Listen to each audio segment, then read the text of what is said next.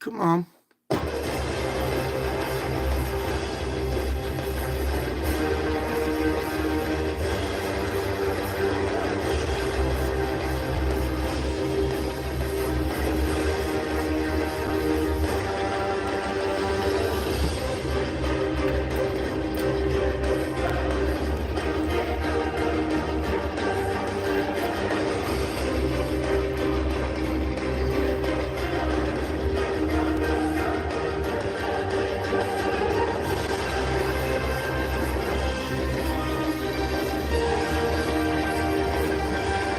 The hand of God.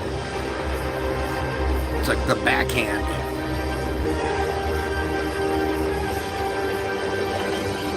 It's pink. Oh, there we go.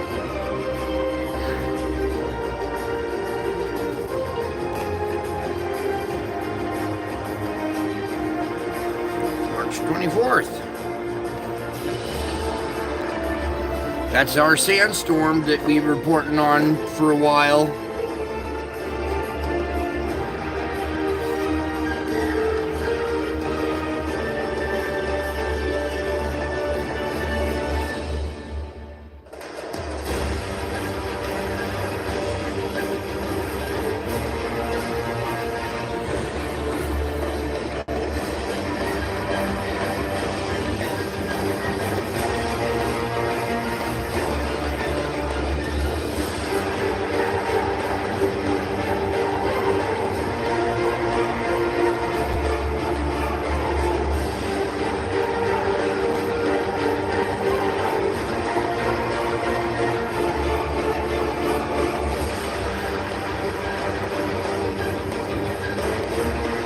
Saudi Arabia.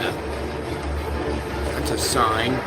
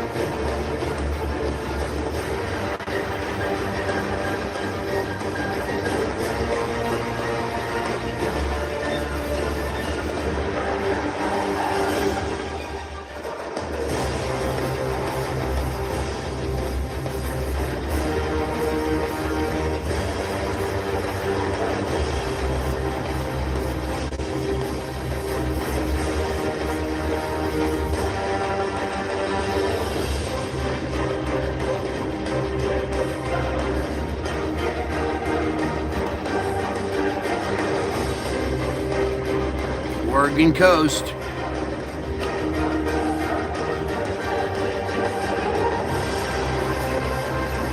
Sandstorms.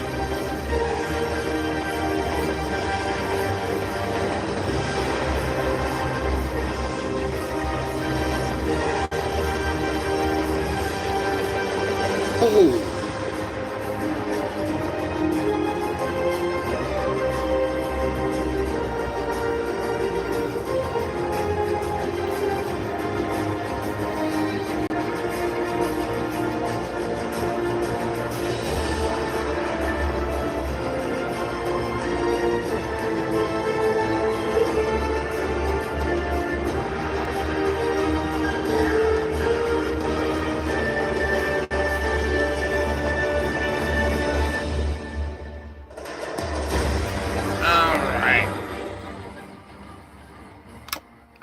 All right. Happy Easter, folks. Welcome back. I told you I would be back. Can't you tell? All right. So let's get started here because we got a lot to cover tonight. And I'm just going to start Xing out of stuff as we go so we don't have to try to do it at the end here. So let's see if we can get over here to our solar report and get started. Thank you, everybody, for taking a moment of your time to be with our precious family here. Whoops. Something wrong here. There we go. I thought it was a little dim.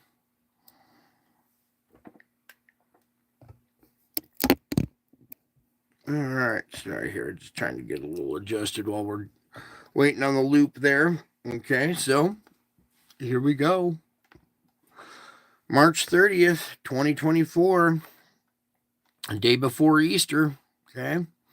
Or on the calendar at least. Not the celestial Easter, but how man celebrates Easter on the calendar. So, anyways, as you can see here, here's our loop plan. We had a blast. Well, we started off with this object right here moving out. Then we have a little blast coming out of this thing, I believe, and then something at the very end up here. Okay, so we'll go through it frame by frame here. Let me catch the tail end here, the beginning of the next loop here. All right, so let me just pull this down enough to where I can use a button. There we go. Happy Easter, you guys. As you can see, we have this object right here, clearly defined object, nice and black, round. It's interacting with the plasma right there. You see the instrumentation also, giving telling us that there's something there, as well as over here on this side. You can see the shadow. You can see the dark patch right there in correspondence with this object, okay? You can see the plasma damming up behind it here. Same with over here. The plasma is coming out, but it's hitting the backside of the object faster than it's moving out. So it dams up behind it there as it moves out. A couple of little secondary eruptions here we got to watch out for. Possibly be coming our way. We'll have to see what direction this came out of it when we get over to the solar ham here. This area continues to be this big white spire area, actually a white patch, all right? The patch from that sunspot. And just as something starts to react there, something else, the other event takes place and kind of blanks it out and takes over right there. But when that happens, it smooths out everything else, really defining our object. Now here, when we do it on this kind of smoothed out frame, a little different. You guys get to see a little clearer our object right here. Okay, no denying it. let's just back out of this a little bit here because I want to continue. I got so much stuff. We need to get to the spiritual report and spend more time on that than this stuff. Okay, especially on Easter. So let's just bang through this. There's your object. It's parked right there. That's what's kind of causing this area, I think, because it doesn't seem to move out. Watch how at the very beginning it's right here. It's moving really slow. Everything else is moving out. Now it's positioned right here. Just a tad bit more. And then, come on, button.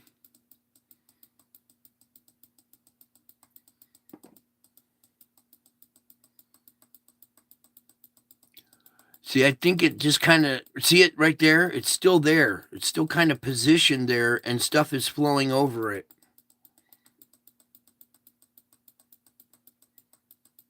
See that? See how it just kind of stayed there the whole time? Now that you see that, let me just kind of start it and watch that area for a second. It just kind of hanging out in that spot. It's not moving. I mean, it's moving very slowly compared to some of these other things and the other activity we're used to seeing. This is something new where we have something kind of just parked there.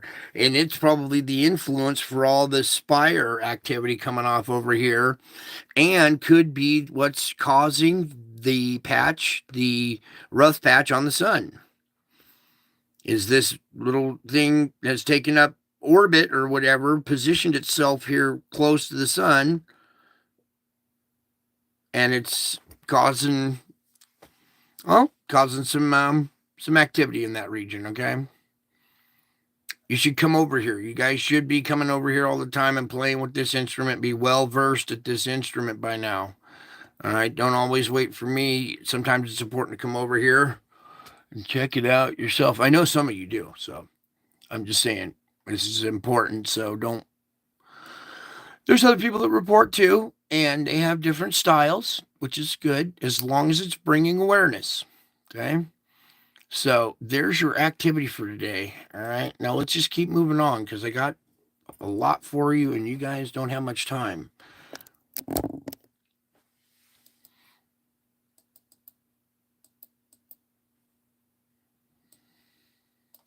Okay, here we go. Here was today's M9.4. I posted something earlier today. I accidentally hit the 3 instead of the 4, I think. So 9.4. That's almost an X-class flare. The other night, we were just looking at this. Look how it's down to 15%. Remember I said we're not done yet. We're still in the danger zone. And here it spiked off almost an X flare. I mean, that's dang close. You might as well. 9.4 only had a couple more points to go, really, in the bigger scheme, you know. So if you look at how big it is, it almost reached that red line. So very powerful, long duration, almost X flare because of this little object that's parked out here. Not parked, but just moving very slow. You know what we need to do? We're going to speed it up.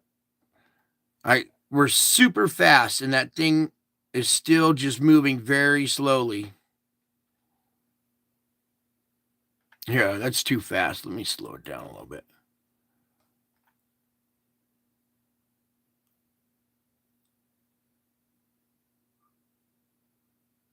And then, where is it?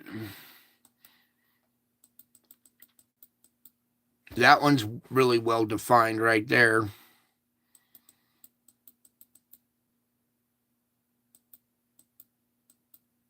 Oops.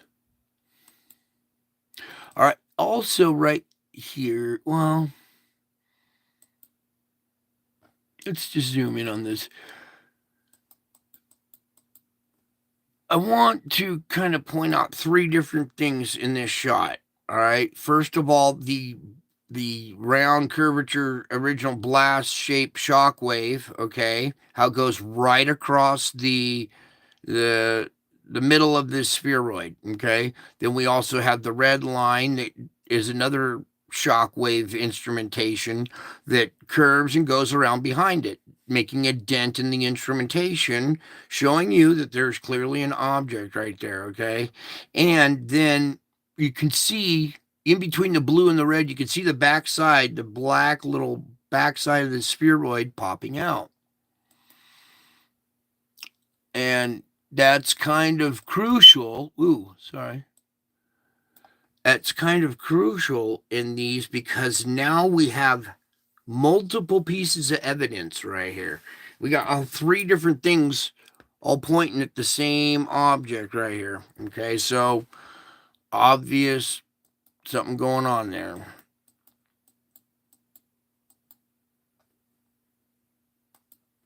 All right. Back to the solar ham. Sorry. So we had this long duration event because of that object hanging out there. It may have moved on because look how we drop really low here. We're getting down. Whoops. Let me zoom back out a little bit here too now.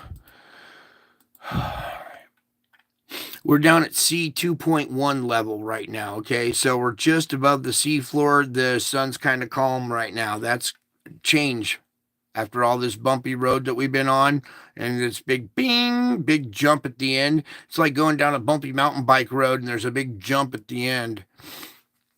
And hopefully clear the little canyon that the kids dug on the backside. All right, now our solar indices have dropped down to 140. That's a little better. That's an indication right there. We were up at what 170s and 80s when it was yellow. So a little drop in the solar indices is good. Geomagnetic forecast, they're calling for nothing in the next 3 days.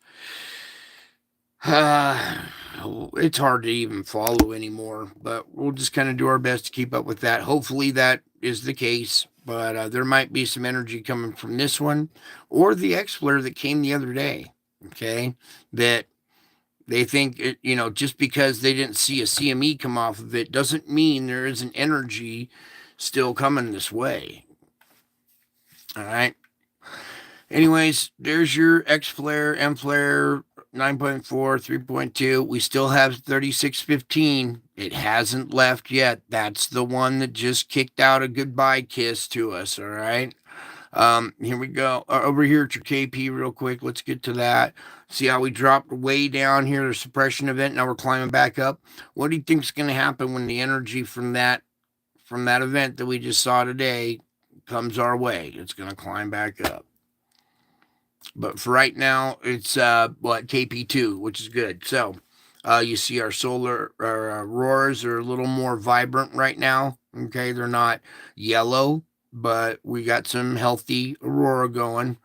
A near X-Flare, an M9.4, was observed off the southwest limb around departing sunspot 3615. The initial flare peak was reached at 2116. Any potential eruptions around this region at the point should be directed away from our planet. Okay, so one last shot at us when it was in the danger zone there, and sure enough, it hit us. It hit the west coast again, the same spot it hit last time. All right, so there it is on the little scale, a 9.4. See our departing sunspot region. Even though it's still over on the edge, the light from this still made it to the camera, right? The camera's positioned in front of the Earth. Therefore, if the light made it to us, some kind of glancing blow will come this way. It's guaranteed because look, see right here? Even if it didn't produce a CME, there's still like a what they would call a stealth CME. They call them stealth CMEs because they just misjudged it.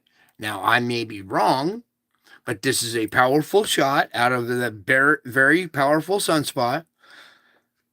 We might get a glancing blow. It would be the very edge, all right, because this is on the very edge as well. Most of the energy going out, away from the sun this way. So we would catch, just the very fringe of anything. But it's still right there. If we can see it, we might get some from it. Now, continuing on, 3615 produced the X1. This is the same one that produced the X1.1. All right. Just like all the other flares around this region, it does not look like a noteworthy coronal mass ejection will be associated.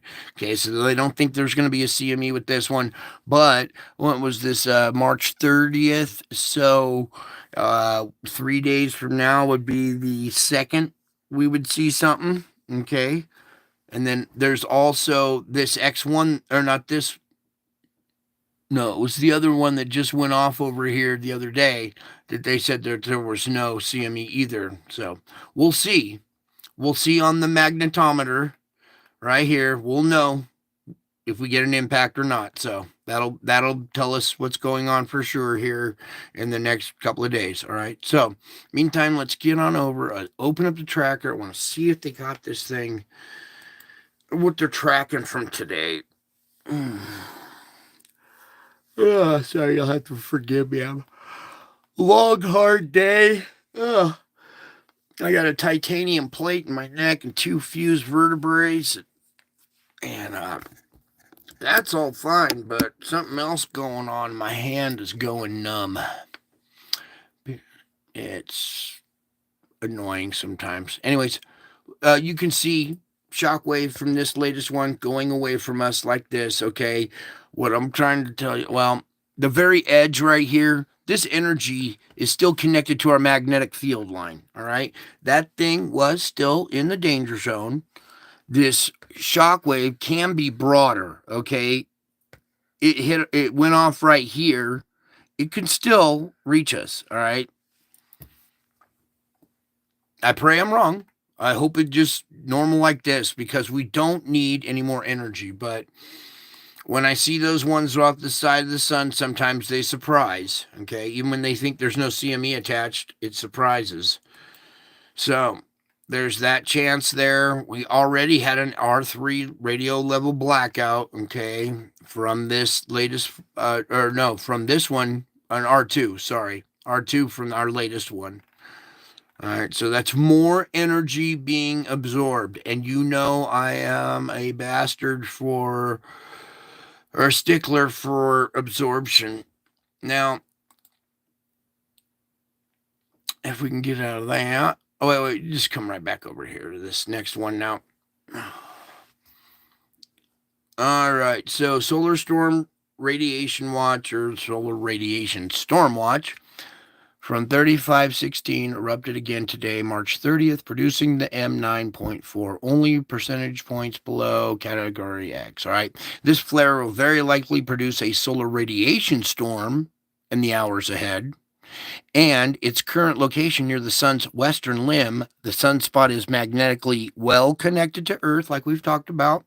Protons and electrons produced by the blast will naturally spiral back to Earth and rain down upon our planet's magnetosphere, atmosphere as well, okay? Or atmosphere, magnetosphere as well, okay? Auroras and the Devil Comet. All right. You know what's funny about this thing? At first it had, 2 tails or whatever, and it looked like it had wings. Then it went from wings to horns all of a sudden, and now that it's even lost its horns, it hasn't had it since, it was like one little event, but nobody will let go of the term a devil comet. So, I like it. It's funny. Auroras and the Devil Comet. If you want to photograph a beautiful comet this week, do it. For the next 7+ days, Devil Comet fans will pop out of the twilight after sunset. All right, pretty cool shot. Very beautiful shot. This is, again, God's handiwork. He works in the skies with signs in the heavens. He uses colors and pastels. He uses all kinds of stuff. He uses the rainbow as a reminder of the covenant. Do you see the rainbow in that? There's a rainbow in that aurora with the comet. And here's 2 planets lined up right here as well. All 3 of them lined up right there.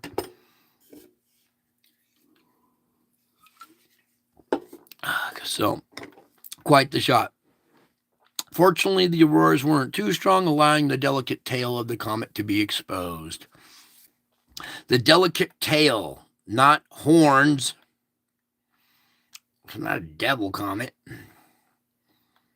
Anyways, I love people and their terminology. Oh, and especially, we'll get into the spiritual report tonight in about witchcraft and all the powers that be are doing their nasty ceremonies and rituals. I can't tell you about them because it would horrify you and put images in your head that you would never shake. And it would give you, shatter your image of some of these people. So it's coming out anyway. Anyways, beautiful picture. The devil comet. Watch out, the devil can be beautiful, I guess, or whatever. So there's lamp. We got to move on. Sorry, I got stuff to show you guys. All right, here's your Schumann. Yeah, just take a look at that. Most of you guys that are here have already heard this. You know what the report's going to be. This looks like a dropout of data. Okay, that is not a lockdown. We would still see. You see stuff leading right up to it and then coming right out of it. This does not look like a lead up and a come out. All right, it's usually between two big old grinding sessions that we would see something like that. So that's just a dropout of data. We probably took on that M flare and it affected their satellite for a little time, something like that. Anyways, we had our grinding event. We came out of it, pumping along, data loss, boom, we went into another grinding event. This means pressure down below, okay? Has built up again to the point where it's grinding again, okay? Oh. All right. Before we get into the next portion here, let's just back up here and talk about this. This is, I got to show you real quick, the sea surface temperature anomaly. Can you see that down in the lower right-hand corner down here? SSTA is sea surface temperature anomaly. I want to thank Ben over at Suspicious Observers for doing a report using this instrument. It reminded me how important this instrument is, and this is going to be taking over right now. So we're done with that polar vortex shit. Pardon my French, but Lord, give him strength. Everybody take a deep breath all the way in, all the way out. I'm going to too as well, so okay, first I want to do something. Sea surface temperatures. Okay, these are your regular type sea surface temperatures with your warmer zones and regions down at the equator, your medium zones here, your colder zones up there, right? Okay, sea surface temperature. Okay, now that's your typical, that's your like, well, this one is the sea surface temperature anomalies. There are differences that really stand out and pop. That was more like an overall. This is an anomaly map. Okay. And this is a very good map on the same site that we trust. It's a very good instrument. Okay. Now, another important thing here, the color code. Okay. You see white down here at one end, but white up at this end as well as yellow going to white. All right. The black in the middle is your, like your neutral. This is cold water, neutral, and then warm water. Okay. So what we're going to do is red, yellow being, there's mostly yellow. Yellow being down here, you can see 3.7 degrees Celsius. We get up to 5.4 Celsius here, about 6 till it starts turning white. Okay, so those are the warmer temperatures, all right? Now, let me pull this map down and we're going to take a look at the West Coast. Something else. Oh, good. I do have it on. Good. This is still set up way I have it. All right, now, as we zoom in, you can see, let me let the little spirals go. This is not wind. These are currents. I got the currents turned on now, okay? And this is the Gulf Stream, okay? We're used to seeing the Gulf Stream takes warm water up the East Coast, right? Okay, so there's your Gulf Stream. And we got little warm pockets in the Gulf area and up here in this little Gulf area. So you see how the temperature changes work, right?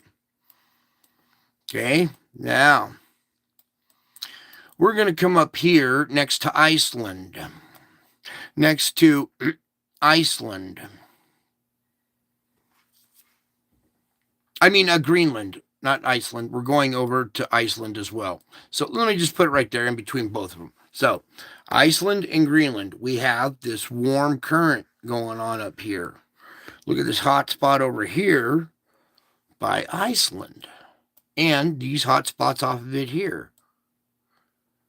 Now, let me show you. That is not part of the That's not part of the Gulf Stream. That water up there is warmer than what's in the Gulf of Mexico, up here between Greenland and the Hudson Bay. Then it gets circulated around, comes off. Look, see if we can do this real quick. There's a current that's running along here. Something in this region is taking this water and heating it up as it runs along the coast of Iceland, right in between Greenland. I'm sorry, I keep saying Iceland. You see that little black band right there in between? There is a barrier right there between cold and hot water. This hot water is flowing around the island. The island can barely hold it off. There is a little barrier of cold water holding it off, but there is a underwater heat anomaly in that area, producing this huge jet of hot water that's coming over here and warming over this region. Okay, now look up here off the coast of Great Britain here. All this area is hot water. Now, let's see if we can, if it's still there. Okay, everybody, hold your breath. This is basically the top of the world. There's the top of the world right there. We're just outside the Arctic Circle. Well, this is the Arctic Circle. My bad. We're inside the Arctic Circle. We're up here at Russia, way, way off there, Siberian coast. Look, let me give you orientation. Greenland, Iceland, even further north than where we were, even further north, up above, way off the coast of Sweden, Norway, up here. Hot water.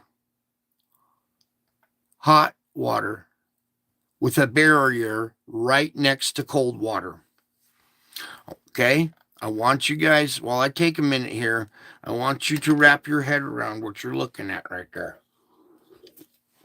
I've been telling you about pressure down below, pushing magma up through perforations in the crust. Well, there are perforations under the water as well, right?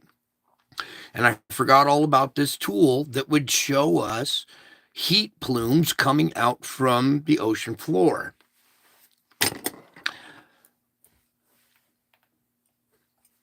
Heat plumes coming out of the ocean floor is the only thing that can explain this river of hot water. And look at the tides. The tides are coming from this direction, going into the area, so it's not being fed hot water. It goes, look at the flow. Watch these flow asymmetries.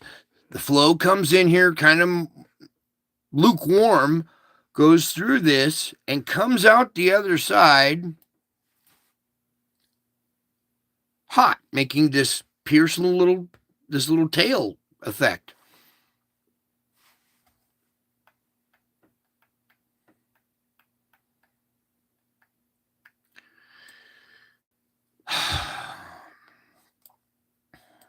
See that one off of Iceland there?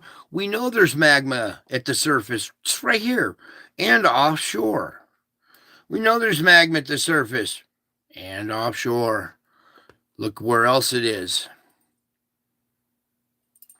Okay. This is the Gulf Stream. Now, what I'm going to show you next. Oh, man, let's not do it yet. Excuse me. I'm sorry, I almost threw up. I can't show them.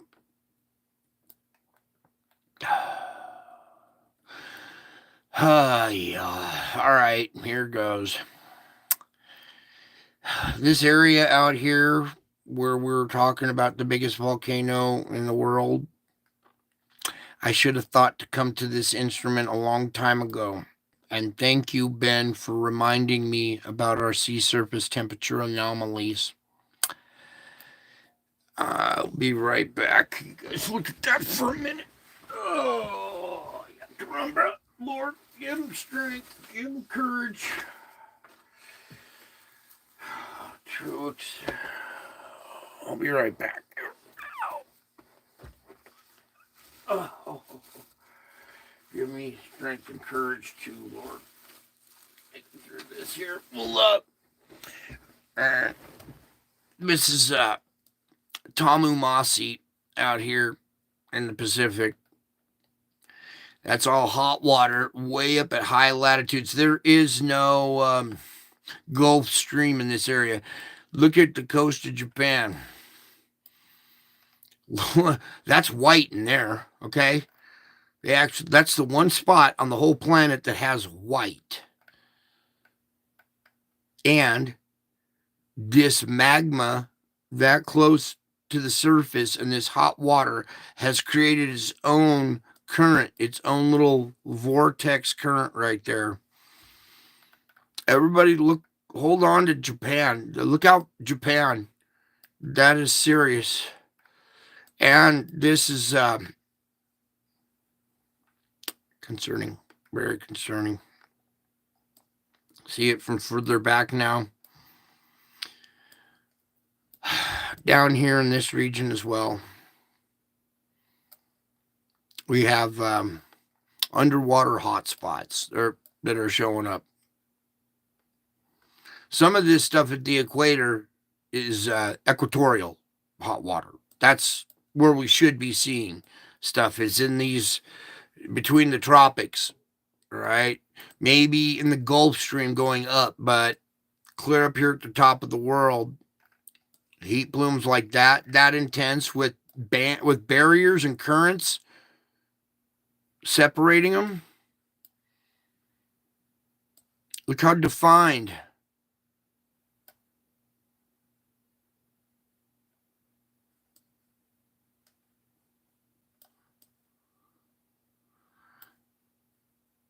Right there, right off the coast of Iceland, and then this clear up here. It's undeniable what's going on. Now, inland lakes and stuff is not as reliable because these are little pockets and bays where don't get much,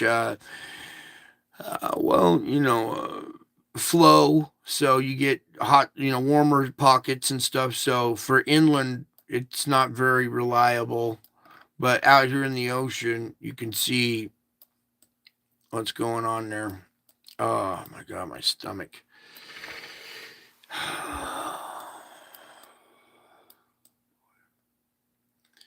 Yeah. Here, let's just do this for a second. I'll come over to the weather forecast. I'll play that loop there for a second. You guys can take a minute to chat with each other. Look at that for a second. I will be right back.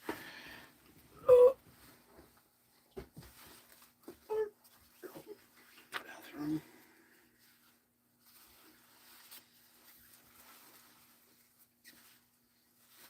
No.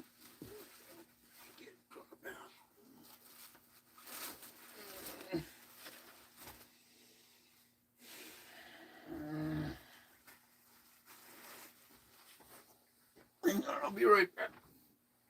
Oh, I'm trying to hurry.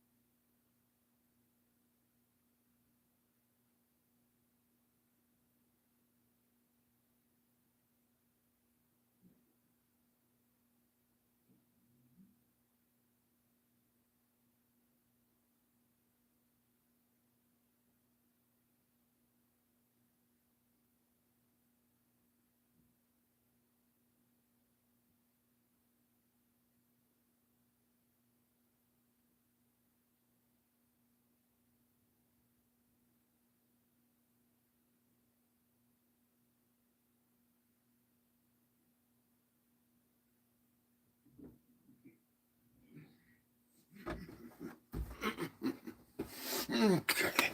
All right. Thank you. Sorry, folks. Whew. At least you got to see some of this. We won't have to spend too much time on that. Kind of kill two birds with one stone. Look at that big old storm around the 10th.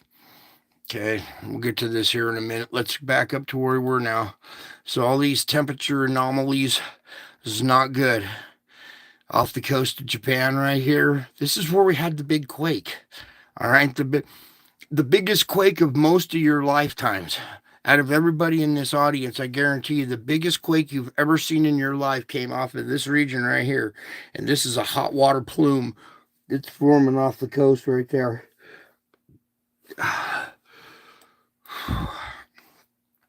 As well as this big plume growing out here. Now we are transitioning to spring, but let me show you something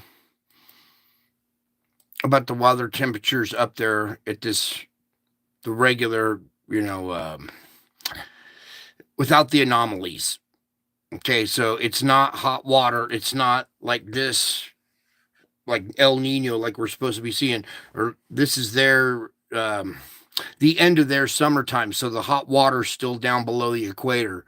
All right, then you're going to see your El Nino and stuff starting to form over here.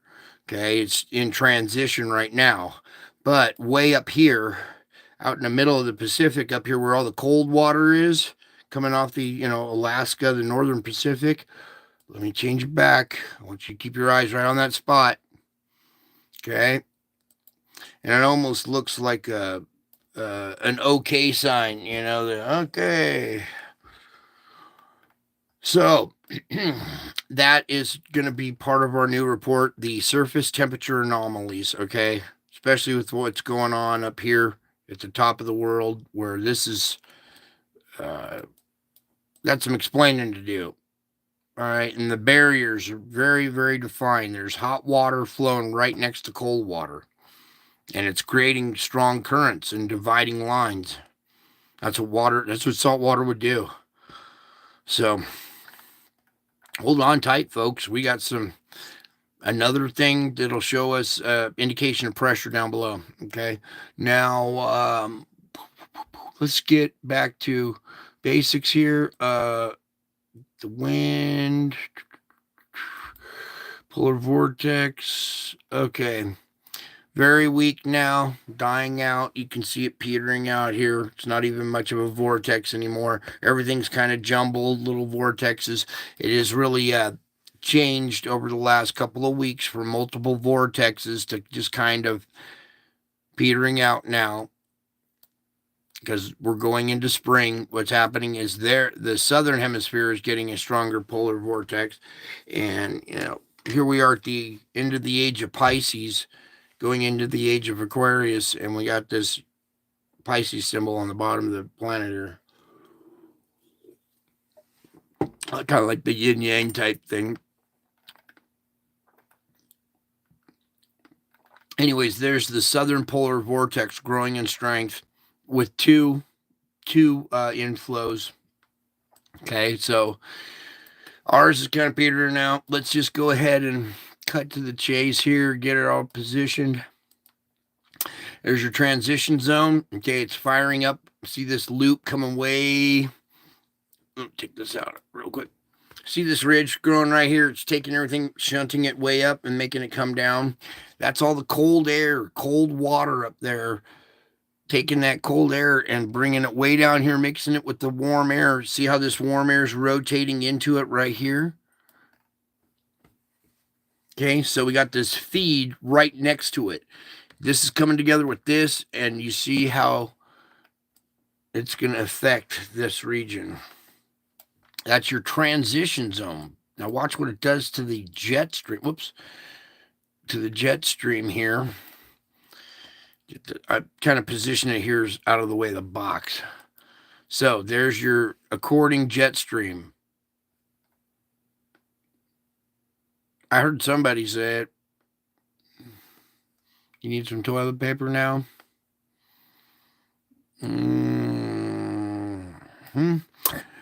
Then your lower jet stream, okay? Now, what this is doing, hooking weather way up here again, bringing it down offshore and then back onshore again. aiming right at, northern Baja, coming up into Texas. And then look at the fanning out effect as it hits the Central Plains. It comes around, sneaks around the backside of the Rockies and just kind of whoa. The weather. All right, we have this little low pressure spinning off the coast, bringing, severe weather down to Southern California. We got our next little storm growing up here, bringing energy into, way up in Canada, but it's also mixing and coming down. Some of it's coming down the coast there a little bit too. Out in the Pacific still, we have this configuration going on, okay? Another storm right here, another one there, and whatever's going on out there. Still quite the little setup we got going there. All right. As we go through transition right now, transition season, I'm not transitioning to a different sex. Not that kind of transition. We're going to see this kind of jumbled activity throughout transition season here. Okay. Help me, Lord. I'm trying to get to, thank you. Our sandstorm. Finally, we're seeing footage out of these regions of the sandstorm.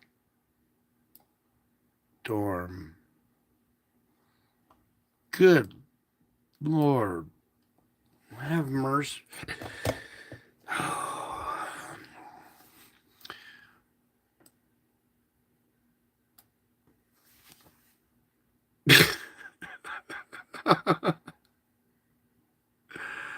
Wow.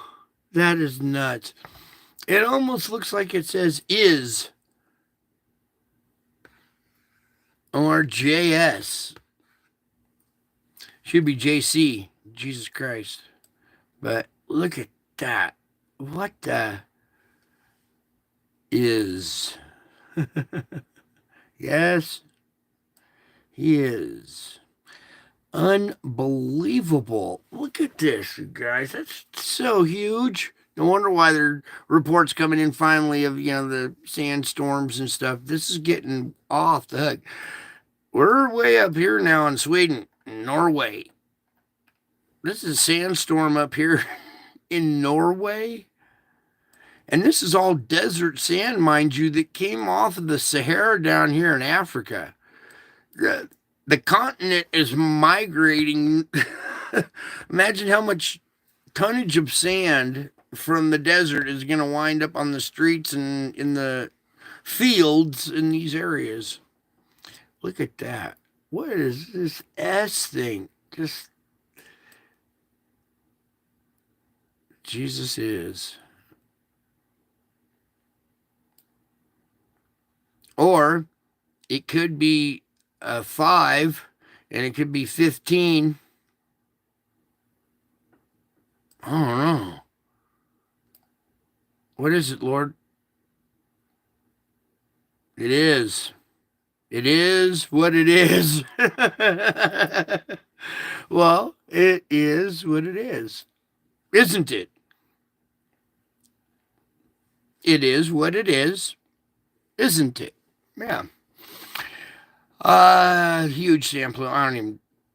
You guys wrap your heads around that. I can't use the adjectives I want to use. And I don't like to swear. Usually when I use a cuss word, it's actually kind of for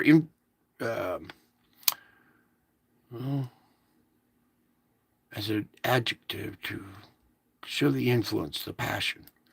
It's not so much to drop an F-bomb. That is amazing. I gotta keep going. I get distracted here. Next, SO2. That's why we're here, basically. Check out the pressure change. Swing it right around. Get on in there. Nice and dark. China's suffering. They have had 9 explosions in the last 6 days. That was almost going to be the opening video, was all of these explosions that are going off in China. I think it was 9 of them in the last 6 days. So, spiritual warfare, they messed up, picked the wrong side. See, you're bleeding out. What's this? A wolf with little ears here and a snout? Nah, it's just the shape of the gas. But you can see they're bleeding out pretty bad. So pressure. Ooh, we got a increase in pressure over here too. All right, country divided. One side bleeding out, the other side kind of patchy and stuff. If it ain't a sign, you can't see it then. Darkening in that region, especially these pockets just above the Lake Superior here, or Lake Huron. That one's pretty dark. Those other ones up there too. Let's get down to Java and take care of business. All right. Couple hours after I did the show last night, I came back over here and this island had darkened all up. I'll put the winds on real quick because I'm pretty sure our wind currents are taking a lot of that offshore. See that? So all this gas that's out there, kind of imagine you put it back on the island, it would be a little darker. It would all be about this color right here because that's the pressure in the region really that's going on is what you see in that right there. Let me take the wind out. Okay, so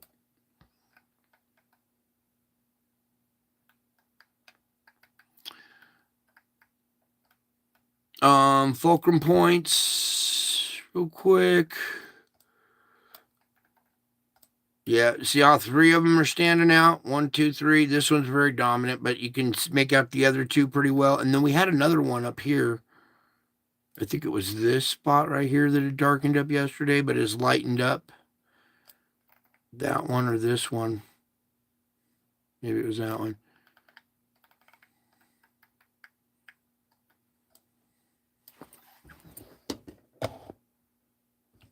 There we go. All right, still dark through that region. So we do have pressure that's built up down below. We're still raging at like a 7 right now, I would say. And that'll continue to probably increase with, well, if there's more energy coming in and the Earth not relieving enough, it's going to build up. We're going to see catastrophic events if we don't see this even distribution of the venting of that pressure down below. So come on over to the earthquake report today.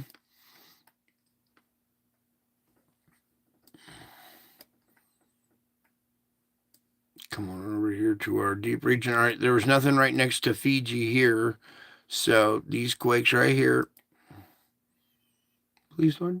A 5.0 down at 36. Okay, almost a surface quake there. 4.9, another 5 right there at the surface. Another 5.1 right there at the surface. 5.3 at the surface. And a 5.5. So 4 5s, 5 5s. That was a 5 too, right? Yeah, because this one, you know what we do with 9s here? It's like tennis. They hit the ball to us, we hit it back a little harder, trying to win. 4.8, it down at 144. Okay, so we've had quite a bit of magnitude 5 and plus activity. Here's 5 at this, well, at a depth of 67 there. Coming over here is a 4.5 down at 110. Up in our little pit or 2, there's a mid-range 4 down at 329. And another 4.3 down at 459. So a couple of deeper quakes right there. Indications of deep energy, or energy down deep coming up towards the surface. When we start seeing quakes in this region, this little deep area right here, deep quakes, these ones don't seem to have a residual quake at the surface at a stronger, so it's just kind of their own entity. There's a 4.6 down at 54. Okay, click off of this. The one I want to really talk about is this up here. Please, Lord, can we have that? See how open and quiet it is in that area? Now, right here, Some energy that has made it over the kink in the garden hose here, okay, and has released up in this region. You see this underwater mountain range kind of curling off here. Right at that split, there's volcanic islands out here. See these volcanic islands right at that split? And just off of this middle volcanic island is a 5.8, you guys, with a tsunami alert. All right. It didn't produce a tsunami, but a 5.8 with a tsunami alert. Now, this is down at 116. This isn't just your surface quake.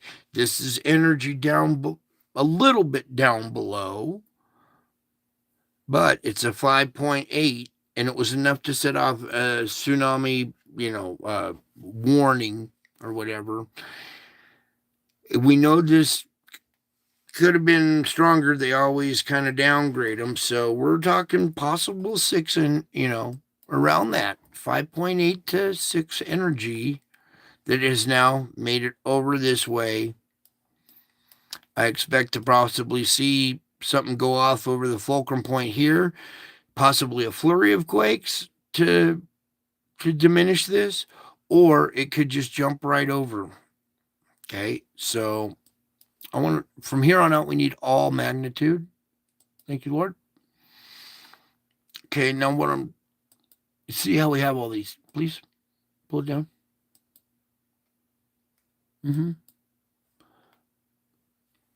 Anyways, you see we have all these small little micro quakes. I would rather see this energy. Yeah, now you want to play games. And I would like to take that. Thank you. All right.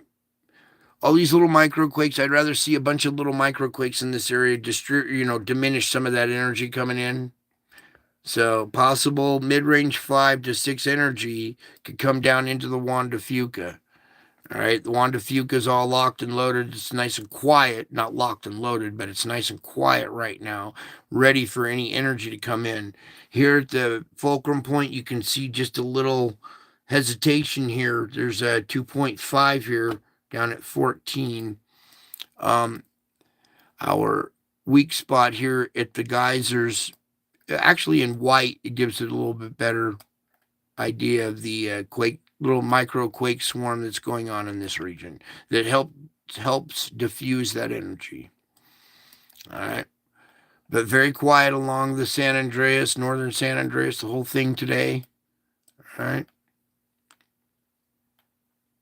A couple little things out here in Texas. What's going on up here?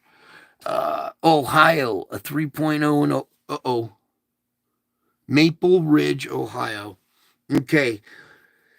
This is one of those diverse quakes. A 3.0 in Maple Ridge, Ohio, and we have a storm coming for that region. When I see a 3 like that, sometimes if this is a correct reading, sometimes that's why it's very vital we get the actual numbers. God uses 3s. This could be an indication, and it's in the course of that, the shadow of the eclipse. Also going on here in the Appalachians, just a little movement in North Carolina. All right, so down here at the Cocos, we have another 5, a 4.9 at 35. So here at our junction, or our plate boundary, sorry, that's not the junction, is a 5.0 at the surface, or 5.1 at the surface. Energy being released. 4.7. Nothing there. A couple of fulcrum points real quick. 4.4 and a 4.3. And I need to get them over here. 5.0 in Tajikistan at the surface. There's their 5 energy at the surface being released. 4.0 in Pakistan down there. Interesting. Here at the Black Sea in Georgia, a 4.7. And nothing in that region right there. And nothing out on the Mid-Atlantic Ridge either. Okay? Bingo. Get rid of that one. Can we have the volcano report, Lord? Please let it load up tonight. Okay. Volcano. Get through this real quick. And we get to the Easter celebration. Okay, already into March 31st. Explosive activity continues. Darwin warned about a volcanic eruption at Dukono, 8,000 feet. Can I scroll to, please, Jesus? Can you control this mouse, please? Popocatépetl volcanic ash advisory. There we go. Thank you. Barren Island in the Indian Ocean. A new one here. Look at this. Barren Island in the Indian Ocean. Explosive activity continues. A volcanic ash advisory warned about a volcanic ash plume that rose up to 8,000 feet. Our brand new Barren Island in the Indian Ocean just belched out an 8,000-foot blast. Interesting. I was telling you how sometimes these ones on the list will hop. Sometimes it's just a brand new one that we've never heard of. So now let's get into what was the 30th.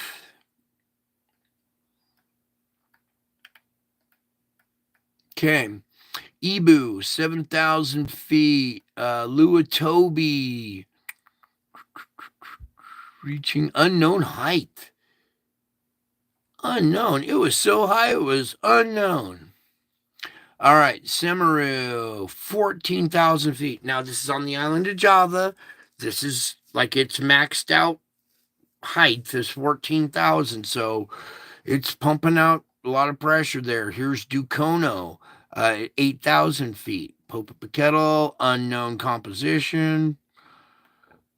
Santa Guido, 12,500. See, 12,500. Fuego, 15,000. Nevada del Ruiz, not OBDL.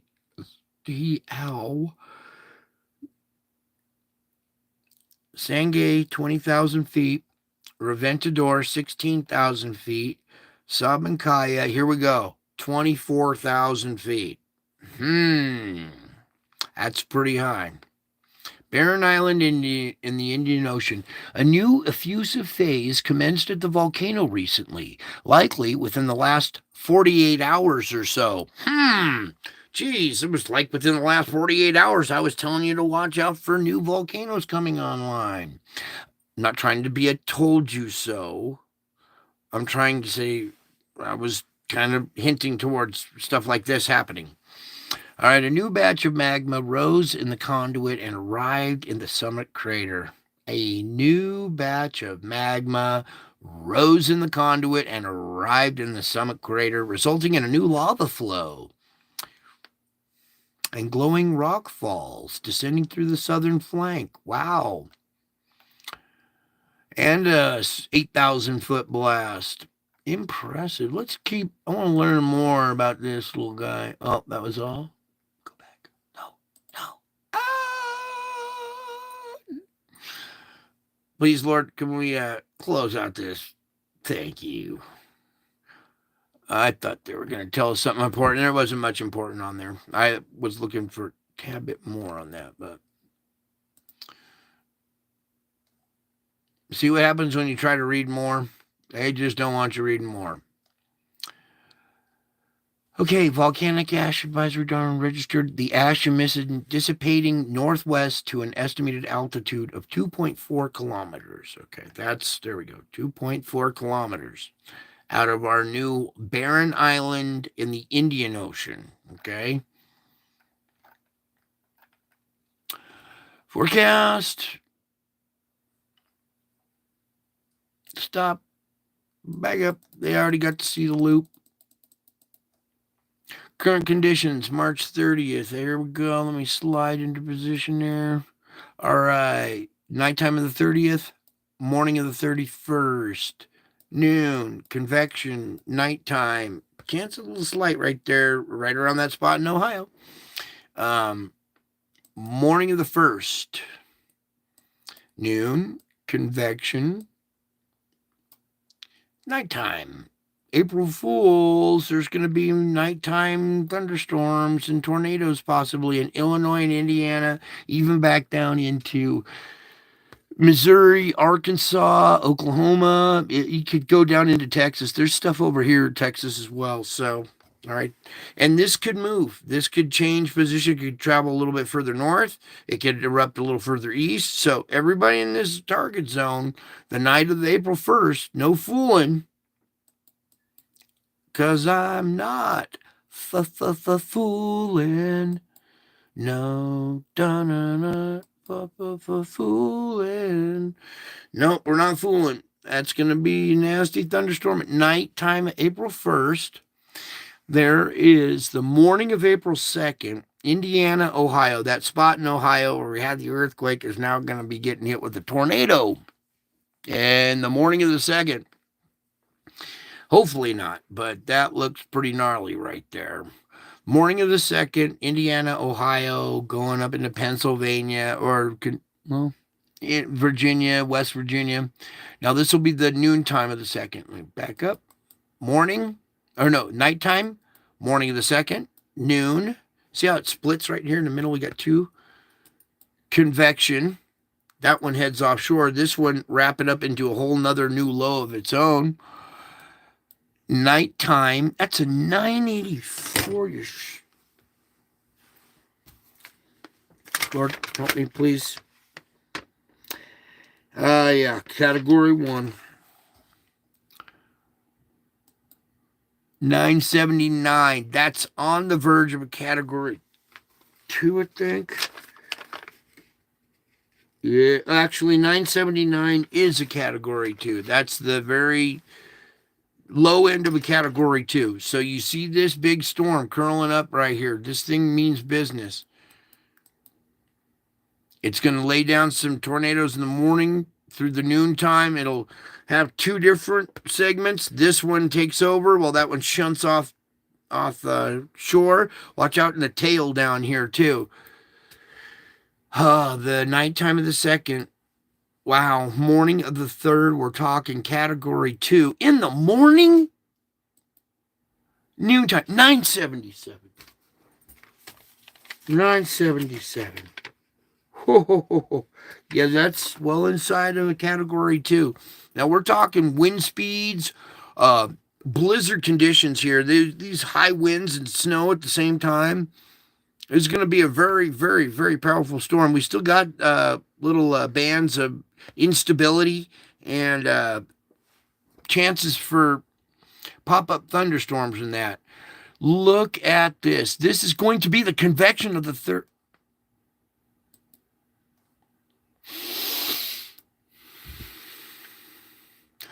Oh my God. Are you kidding me? At convection on Long Island, hitting New York, that whole area on April 3rd, the 3rd, the 3s. Oh boy. We were afraid there's no energy coming off the sun 3 days prior to this. What, on the 31st or on the 1st? Pray to God that doesn't happen. That is a 981 low. We're good solid category 2 storm right there. Now, you see the curled Q effect, right? There's going to be flow going this way. That means onshore flow. We're going to see storm surge out of this in Maine, all along the coast here. All right. All those boathouses and stuff that are on the coast there, you're going to see beach erosion. You're going to see flooding. That's a very intense ice storm right there with severe weather right behind it. I mean, we're talking thunder, snow, thunder, hail. Well, of course, thunder, hail, but wow. That's going to be something. I pray that doesn't happen, but I know I can feel him. He is pissed off, and I can see him taking it out on this region. I know he's going to take it out on this region eventually, so. Nighttime of the 3rd. 983. 981. at the morning of the 4th. There we are, noontime, the 4th. Convection. I can't even report on the rest of this. The rest of this really doesn't matter because it's all subject to change. Look at that, though. That has changed. Look how violently this air comes up. Oh, I do not want to. I want this button right here. Bam. And then you see rotation starting to form right there. And that'll be the morning time of the 9th. Noontime. So, convection. It's going to fool everybody. By the time sun goes down, they'll see all these thunderheads producing, but nothing. Then as they go to sleep, boom, in the middle of the night, it comes alive with nocturnal thunderstorms and tornadoes and nocturnal stuff in the morning right there, the 9th. There's noon. Look at this tail swiping stuff up. Look how it's just, watch out for that event. Whoo, there's convection the 9th. There's a 982 right there. That's another category 2.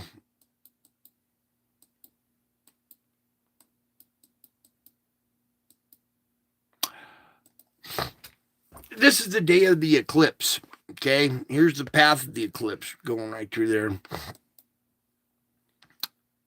There's the noontime at convection. So between here and there, between those two frames is the eclipse.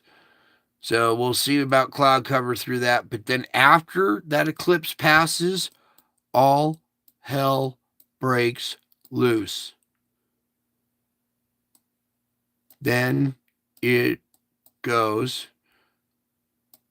off the hook and continues to just be this huge, massive storm.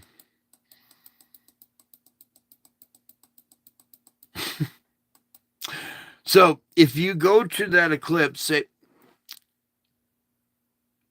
and you get kind of rained, or it's going to be cloudy, I cannot look at that.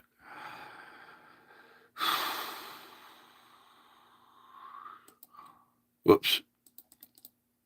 Morning of the 8th. Pull it down just a bit more. Clouds roll in around noon, right when the eclipse happens. Then a storm right after the eclipse. So everybody's going to be trying to leave the area at nighttime when this thing's brewing, chasing everybody out of town. Go on, get. Oh my goodness. It's the nighttime of the 8th, morning of the 9th, noontime the 9th, right there. Noontime the 9th, and this back here.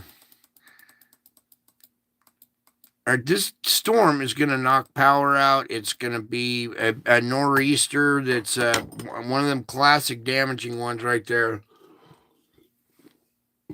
Really gaining power and organizing at the same time as convection. So the onshore flow too, you see how it's rotating this way? It's going to have winds coming from the Atlantic back on shore. You're going to see storm surge there. The storm surge that you would see in a category 2 hurricane.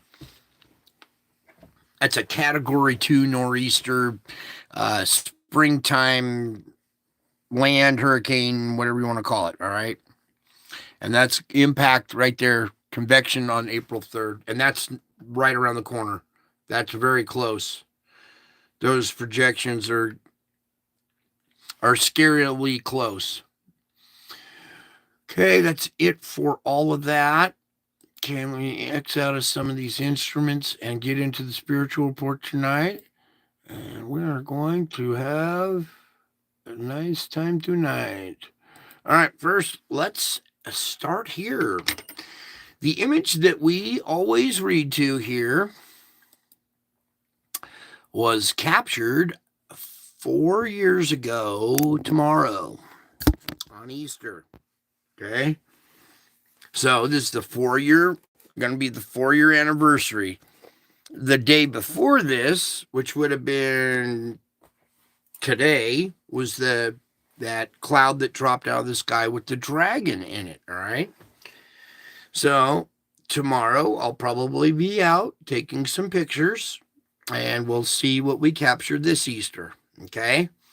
It's very important that you understand this happened on Easter, right? It's 2,000-year-old prophecy come true on on Easter. Just it screams volumes. Okay, if it happened some other day of the year, it could have been, oh, well, it would have been a miracle still. But the fact that it happened on that day and that I got a clue the day before to go to this spot. Well, it's not actually because of the spot. It's because of the person taking the picture.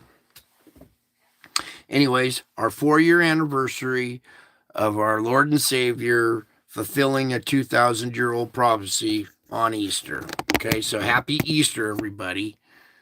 It's not about an Easter bunny hiding eggs. Okay, a lot of people, I think, these days don't even know what Easter means. I think that they just think it's just another holiday for the kids to go Easter egg hunting or something like that. I don't think society knows what the real true story behind it is. A real true story of the real hero, you know, a special artifact of history that's been kind of lost in our society. Now we run around and worship a chocolate rabbit that poops magical eggs, and now it's a treasure hunt. The real treasure hunt is here, seeking my face. That's the treasure hunt.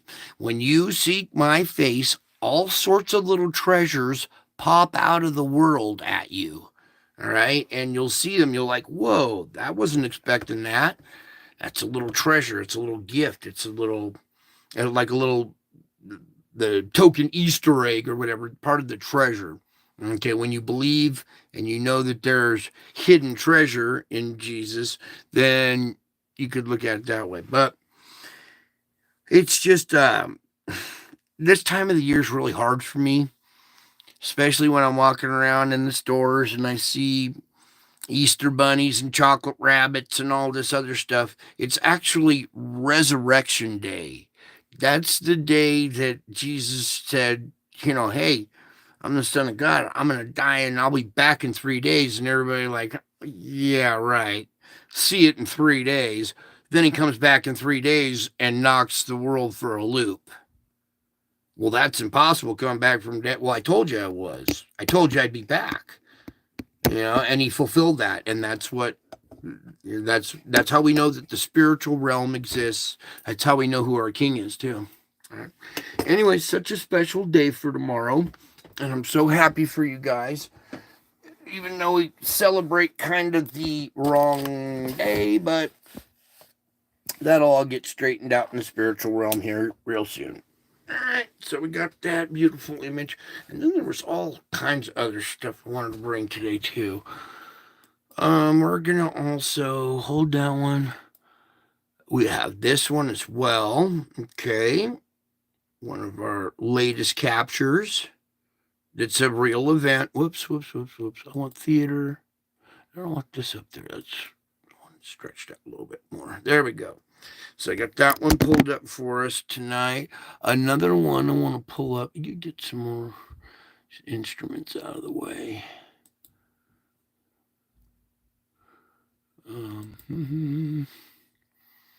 What was the other one to pull up? Oh, yeah, from my channel. So I'm just going to pull up 4 different little frames, images to read to tonight. Some of the most important stuff that's in the last 2,000 years should be screaming headlines. It should be all over the headlines, but we all understand why it can't be. Come on back down.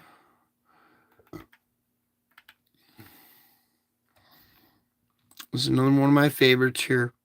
Jesus pulling his shirt open and exposing his heart. Okay. And these are all, every one of these images are miracles. Okay, you need to understand these are real miracles. That's why they look so odd. All right, so let me just see if we can get that a little bit better. All right, so we got a few images here. All right, he loves you unconditionally, as long as you believe in him.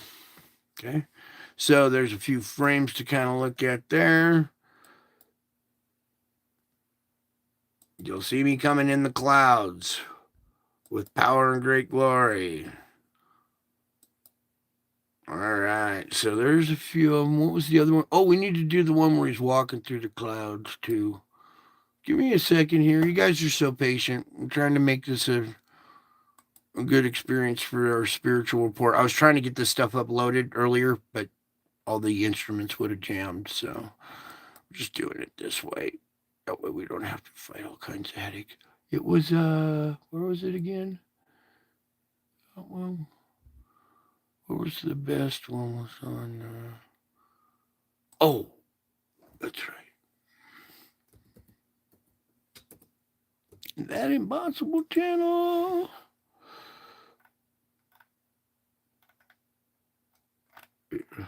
Watch out for that chick. She only got one eye. All right, where to go? I think it's here. You guys should come over here and visit his channel. He does some interesting work, stuff captured. See these dragons in the sky in that one? Like we were showing. I want the face one. Where to go, Lord? Is it in live? Oh, maybe it's one live. No. Hang on, bear with me for a second. I'm trying to pull up the one where he's talking about the face. It had the face at the very beginning. Is it this one?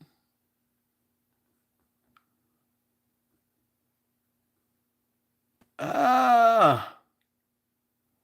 It's no, it wasn't that long ago. It was this one. All right. Well, anyways, I'm trying to kind of pull up some cool images to remind you that we got all this wonderful miracles happening around us. It's gotta be this one, then, maybe. No, that's not it. I wanted the one with the. All right, it's good enough. So we'll start off right there. Easter 4 years ago, Lord and Savior showed up. Actually turns into a lion here.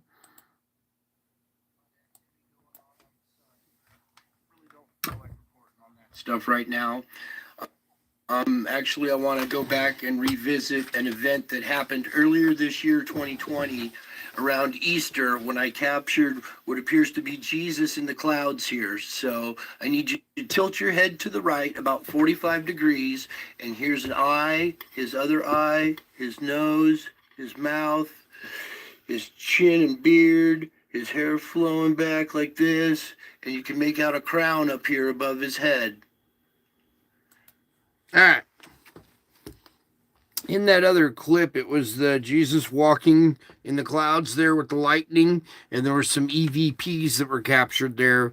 The first one says, Jesus is close. The word, he is the Christ who's coming quickly. And then in another lightning flash, he plants his cane or his staff into the ground with a lightning strike, and it says, Jesus in the flesh, right now, here. And then now here is a word as well. So it says, in the flesh, now here. Okay? So we have some indications that Jesus is now here in the flesh. He is the Christ who's coming quickly. He's close.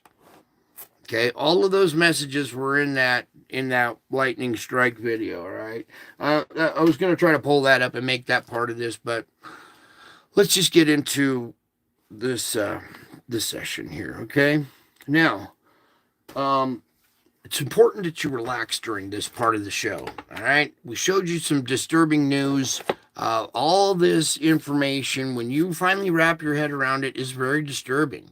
Okay. And there, at some point, it becomes a little overwhelming. And that's why we do this part of the show, is to calm down, relax, get back to our foundation, a good, healthy reminder who your king is, that it's real, that it's happening, that you're safe and secure. Other people are going to be surprised, aren't they? You actually have insider information, like, top secret information. They have to have a clearance code and stuff like that. Imagine this: you guys have top secret. You're like, clearance code is way above even what the president and some of these other people know. And you don't even need a badge to get entrance into my top secret world. How about that? You guys are like special agents on another level, on a whole nother level. It just puts these guys to shame. And their top secrets are to hide their criminality. See, they keep secrets of their bad works. Well, I have a secret too, but it's something not bad, it's something good. All right, so lots of deep breaths. Everybody get curled up. Do your thing that you're doing during this part of the show. There's people who go to their car for this part and to listen privately. People with your pets. Ladies, curl up on the couch. All your drinks. Take your breaths. Look at that for a second. Think of me. Okay. I meet you in the stillness of your soul. Okay, I meet you in the stillness of your soul. It is there that I seek to commune with you. A person who is open to my presence is exceedingly precious to me. My eyes search to and fro throughout the earth, looking for one whose heart is seeking me. Looking for one whose heart is seeking me. Whose heart? See the heart there? Okay. Maybe we should get that a little bit. Oh, we can't get that bigger. Where's the one part? Oh, well. Good enough. You've seen this image plenty of times. Okay. I meet you in the stillness of your soul. My eyes search to and fro throughout the earth, looking for one whose heart is seeking me. I see you trying to find me, and our mutual search results in joyful fulfillment, doesn't it? Isn't this joyful fulfillment? Me reading to you? I see you trying to find me. Our mutual search. I'm looking for you as well. I see you. I'm looking at you. So it's our mutual search results in joyful fulfillment. Okay. Happy Easter. Joyful fulfillment right there. Okay. Stillness of the soul is increasingly rare in this world that's addicted to speed and noise. I am pleased with your desire to create a quiet space where you and I can meet. So don't be discouraged by the difficulty of achieving this goal. I monitor all your efforts and am blessed by each of your attempts to seek my face. Okay? I'm pleased by your attempts to seek my face. Stillness of the soul is increasingly rare. People are addicted to speed and noise, but I am pleased with your desire to create the quiet space where you and I can meet. Don't be discouraged by the difficulty of achieving this. All your efforts, I monitor all your efforts and am blessed by each of your attempts. Okay, attempts mean a lot. Let me fill you with my love, joy, and peace. These are glory gifts flowing from my living presence. Okay, my living presence. You can't be, you're alive because you're in your skin. If you're dead, you're not in your skin, right? To be out of the flesh is to be with the Lord, right? Well, also for the Lord to be with you, he has to be in the flesh. The word was made flesh. So, though you, oh wait, let me fill you with my love, joy, and peace. These are the glory gifts flowing from my living presence. You are an earthen vessel. I designed you to be filled with heavenly contents. Your weakness is not a deterrent to being filled with my spirit. On the contrary, it provides an opportunity for my power to shine forth more brightly. Your weakness is not a deterrent to being filled with my spirit. Okay? It doesn't matter your weaknesses. That's what I use. Your weaknesses, don't look at them as a deterrent. That's where I work. Okay? It provides an opportunity for my power to shine forth through you more brightly. How are you going to be strong? How are we going to get you strong? Well, by testing your strength, we have to build you up, break you down, overcome for you to actually have real strength. Okay, so there's a lot of building down, breaking up. Okay, but it's these glory gifts flowing from my living presence, that you are an earthen vessel I designed to be filled with heavenly contents. Your weakness is not a deterrent to being filled with my spirit. On the contrary, it provides the opportunity for my power to shine forth more brightly. Hopefully you get all that. It's kind of a hard concept, but it's the truth.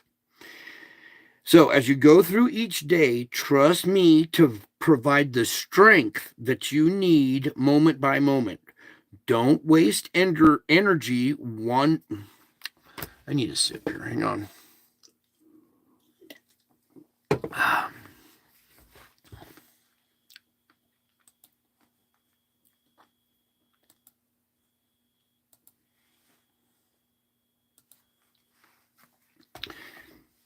Okay.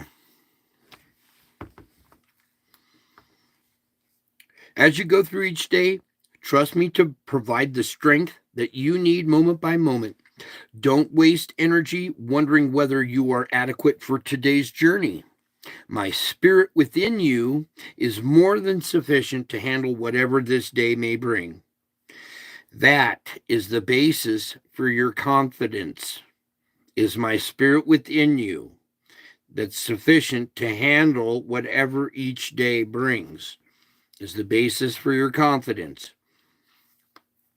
In quietness, which is spending time alone with me, and confident trust, which is relying on my sufficiency, is your strength. So, in quietness and confident trust is your strength.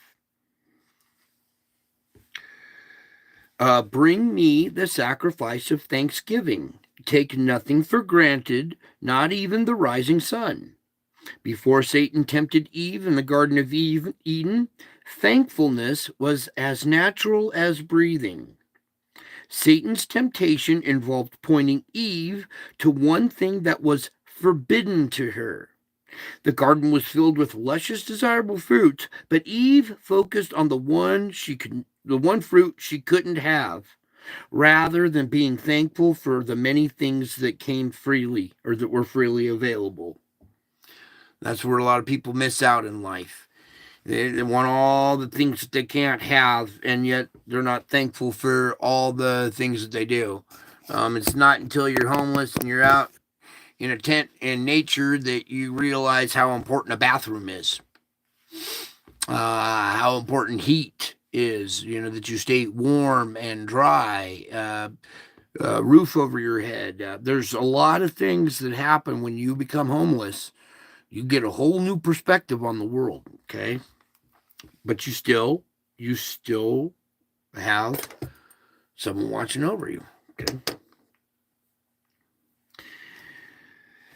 Oh, so the one thing you couldn't have overwhelmed her, and instead of being thankful for everything else that was freely available.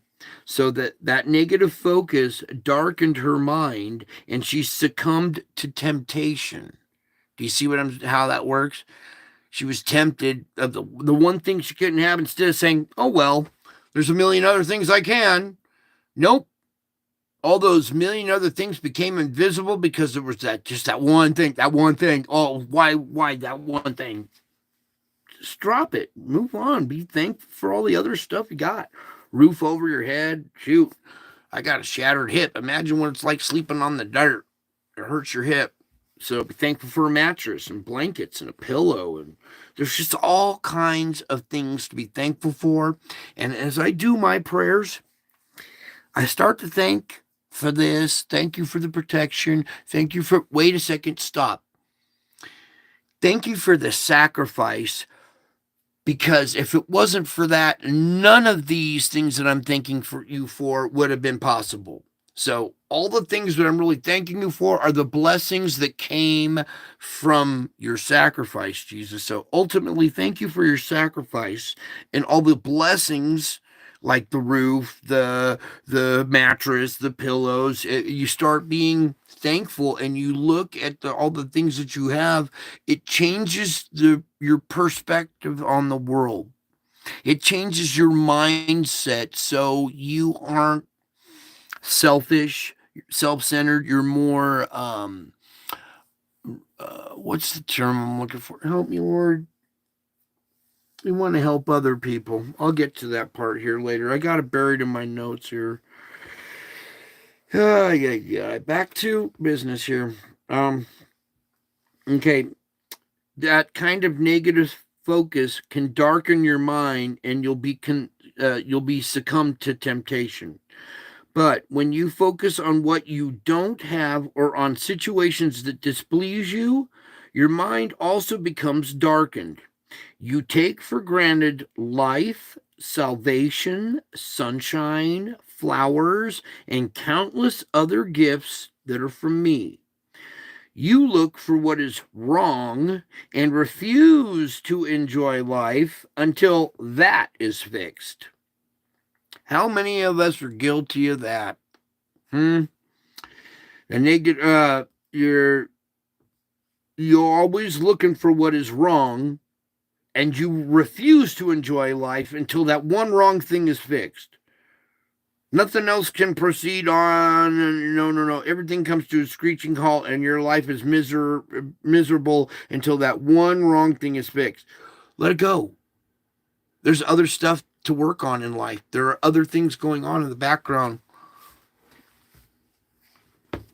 Okay, so don't get stuck in that negative mind focus. When you focus on that, you don't have, when you focus on situations that displease you, your mind becomes darkened. You take for granted your life, this salvation, all these little blessings, all these things that come.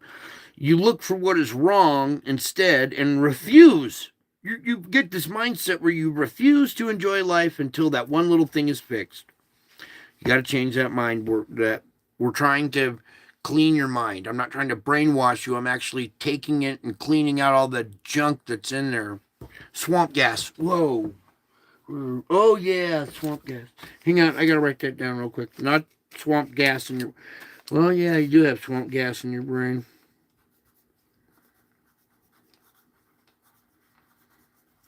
Huh? I'll explain it now. All right, hang on. All right, so.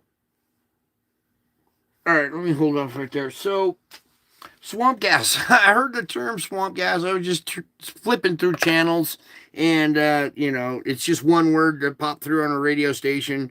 That, they always use the UFO was actually swamp gas that was ignited when Bill farted over here and lit a cigarette, whatever. But the term swamp gas, they call DC the swamp, right? And all the lies that come out of the swamp that the media shoves down your throat. That's the swamp gas. So, don't let that swamp gas get to you. Where were we here? How did that pertain again, Lord? Help me again. Um,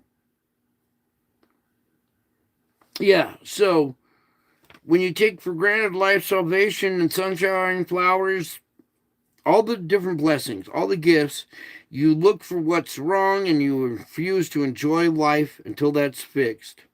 You you got swamp gas on the brain here. That's the media just poisoning your mind with lies. It's terrible. So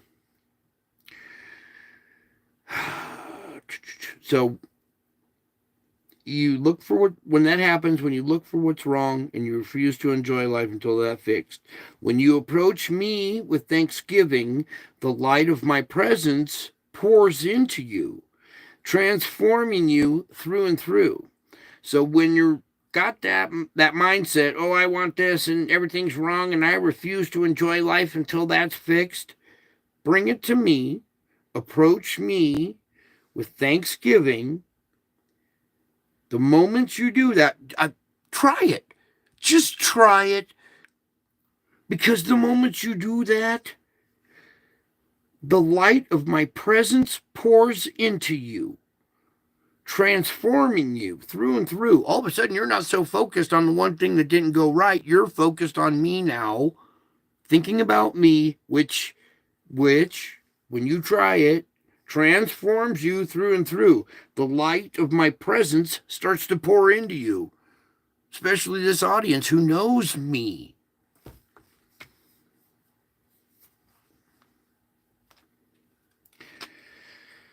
Okay, so walk in the light with me. All right, when you approach me with thanksgiving, the light of my presence pours into you, transforming you through and through. So, walk in the light with me by practicing the discipline of thanksgiving. It's for your own good, for your own mental well being, for your own mental health, is Thanksgiving. Practice the discipline of Thanksgiving. Remember, I was telling you about being homeless? Go get a tent. Go find some field with, homeless used to live there. It's all abandoned. Go set up your tent there out in the wilderness. Wild animals, people come up and stab you, whatever. Go stay the night out in a tent and realize all the security you have with locked doors, windows, the heater that you have, the bathroom that's right next to you, a hot shower. Try going a week without a shower in the same kind of clothes. That's no fun. All covered in dirt and stuff after a week. You start to appreciate a lot of different things in life. I got a shattered hip and I didn't have a vehicle. I had to walk everywhere. Well, I can't walk. So I had to get a shopping cart as a walker to help me walk. Well, what does it look like when somebody's pushing around a shopping cart? Yep, homeless. And people look at you weird, treat you differently, and life's a lot harder. So there's all kinds of things to be thankful for, even the bad things in your life. Thank you for the difficulties because they strengthen me and make me stronger. I overcome them, Lord, and you give me strength.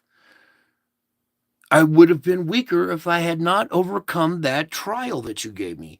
You gave me this trial, you gave me the strength to make it through it, and then when I overcame it, now I have true strength that was earned through experience. Okay? Real strength, real foundation, you guys. Okay? This is not a joke. And get Joe Biden on here to tell you, this is not a joke. And maybe you'll believe it. Come on, back out of this. I want to show them the other image. I got more to read for you guys. So, I think we never got into this stack of notes yet. Is that one? Okay, so while you wait with me, That's you guys. Whoa. You guys are chilling there, waiting with me, and on this computer as well. I work on renewing your mind, don't I? While you wait with me, I work on renewing your mind and knocking out computers at the same time.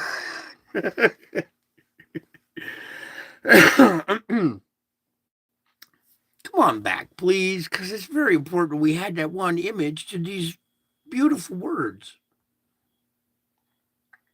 Jesus, please have this back here. All I was trying to do was switch back to an image I had already pulled up. Please, Lord. Oh, yeah. I'm getting resistance. So while you look at the black screen, then just listen to some words for a minute. While you wait with me, I work on renewing your mind. As the light of my presence shines into your mind, darkness flees and deception is unmasked. However, there are many crevices where old thought patterns try to hide. My spirit can search out and destroy those enemies, those thought patterns. But the spirit awaits your cooperation. Habitual ways of thinking do not die easily. When the spirit's light illuminates a hurtful thought, capture it by writing it down. Then bring it to me so we can examine it together. I will help you identify the distortions and replace them with biblical truth. I want you guys to have biblical truth. Give me this image, Lord. Come on now. YouTube, what's your deal, yo? That crown is hovering over his head. There seems to be almost a little halo around his head. There you go. All right. 4 years ago tomorrow, right there in the sky, turned into a lion, the lion of the tribe of Judah. While you wait with me, I work on renewing your mind. As the light of my presence shines into your mind, darkness flees and deception is unmasked. However, there are many crevices where old thought patterns try to hide.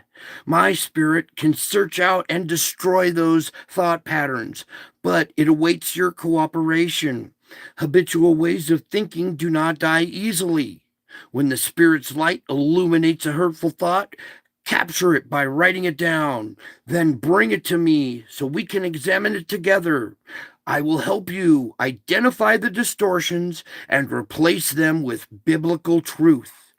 The more you focus on me and my word, the more you can break free from painful, irrational thoughts. The more you focus on me and my word, the more you can break free from painful, irrational thoughts. They usually have their roots in distressing experiences that wounded you, so the distortions are deeply etched into your brain. You may need to recapture the same thought multiple times before you gain mastery over it.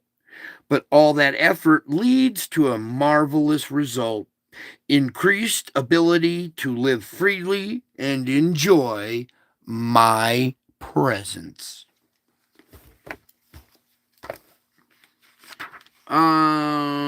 Your prayers. Yeah. Okay. Your prayers are not cries in the dark. They rise to the kingdom of glorious light. Call to me, and I will answer you and show you great and mighty things. Haven't I? Did I answer you? Did you pray? Did you ask for this? Did I answer you? Am I showing you wonderful, mighty things?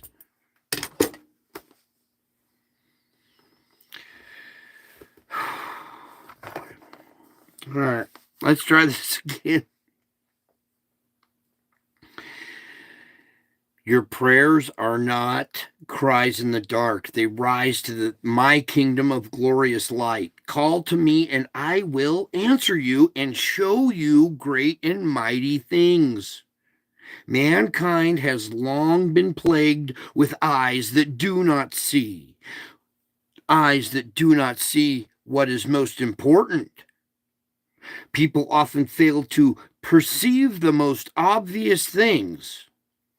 I can perform miracles before their very eyes, yet they see only mundane occurrences. I perform miracles in front of their eyes on Easter, and all they see is mundane clouds. Oh, it's still pareidolia there, dude. On Easter. So, people often fail to perceive the most obvious things. I can perform miracles before their eyes, yet they only see mundane occurrences and label them coincidences. Let me tell you something. There are no coincidences. You are in part of it. This is the grand design. Design means no coincidences. This has all been designed. The grand design there. I perform miracles right before your eyes. I am performing miracles right before your eyes, yet people most think that they're mundane occurrences or coincidences. Some of you in here, though, only the eyes of your heart can perceive spiritual realities.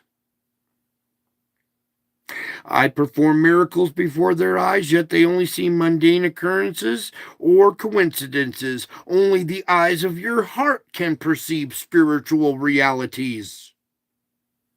I delight in people who have a teachable attitude. When you come to me, eager to learn great things which you do not know, I rejoice. A good teacher takes pleasure in a student who puts forth extra effort to discover new things. I am pleased with your desire to learn wondrous things from me. Your openness to my teaching helps you understand the hope to which I have called you, the riches of my glorious inheritance in which you now share. You now share it, aren't you? You're sharing it with me. You seen it? That's sharing it, isn't it? Sure is. I delight in people who have a teachable attitude. When you come to me, eager to learn the great things which you do not know, I rejoice. A good teacher takes pleasure in a student who puts forth extra effort in discovering new things. I am pleased with your desire to learn wondrous things from me. Your openness to my teaching helps you understand the hope to which I have called you, the riches of my glorious inheritance in which you share. You can look forward to living with me in the holy city where the glory of God provides the light. Hallelujah. You guys rejoice, baby. Rejoice.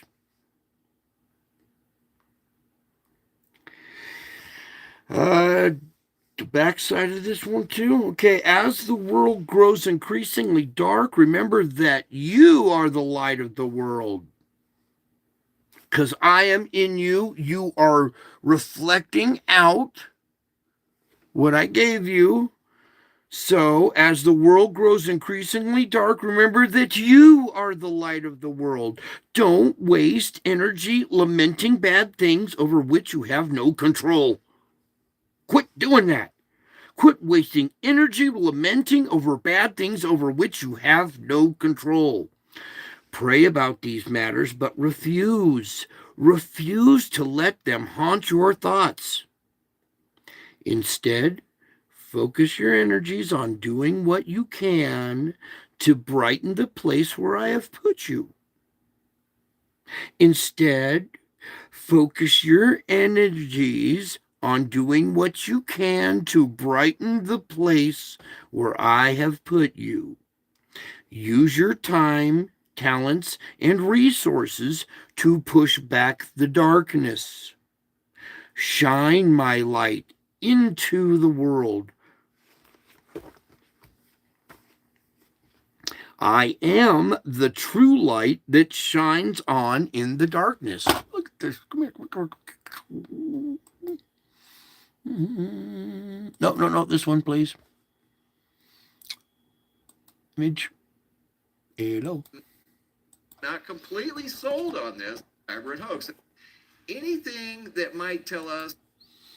Okay. See that face right there? That's the light right now shining on my forehead, down my nose, down half of my face as I'm reading to you. Okay?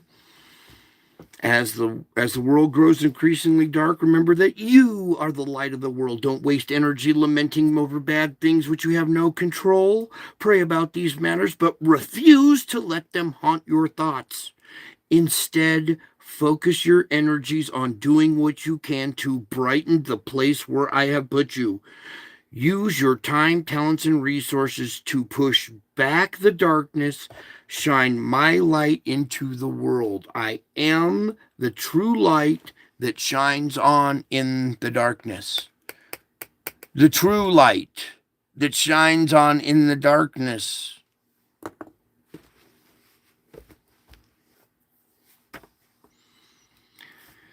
Stop wasting your time lamenting over bad things which you have no control. Focus your energies on brightening the place I put you. Use your talents and resources to push back the darkness. Shine my light into the world, because I am the true light that shines on in the darkness, even in the most terrible conditions. Your light originates in me and reflects from you. Your light originates in me and reflects from you. I have called you to reflect my glory. Okay? That's you guys. Right now. Even in replay. I have called you to reflect my glory. You do this most effectively by becoming more and more fully the one I designed you to be. Spend ample time seeking my face. Focusing on my presence and my word helps you to grow in grace and discern my will. Your time spent with me nourishes your soul, providing comfort and encouragement. Thus, I strengthen you and enable you to be the source of strength for others. Shine my light. Bring joy to others. You're a source of strength to others. You're working through me. Reflect my glory, reflect my strength, reflect my courage, reflect my love, reflect all the attributes that I am in you. Reflect that out to the people that surround you.